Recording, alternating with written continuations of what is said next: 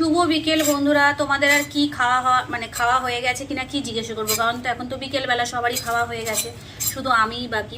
হ্যাঁ, জানলার আলোটা পড়ছে দেখে হয়তো তোমাদের স্পষ্ট বোঝা যাচ্ছে না। তো যাই হোক, এখন মেয়ে স্কুল থেকে এলো, মেয়ে তো ক্লাস 7-এ পড়ে, তো 5টা সাড়ে 5টায় স্কুল থেকে আসে, গাড়ি করে আসে। তো এলো, এখন ও ভাত খাবে, তাই আমি খাবো। তাই ডাল সিদ্ধ করেছি, পটল ভাজা আর মাছ ভাজা, বুঝেছো, এইগুলোই করছি।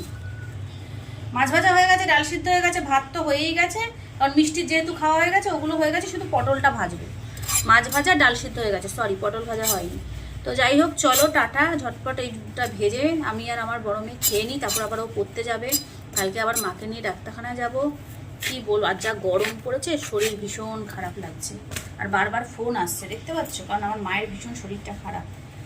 কালকে নিয়ে মাকে ডক্টরের কাছে যাবো, সার্জেন দেখাতে।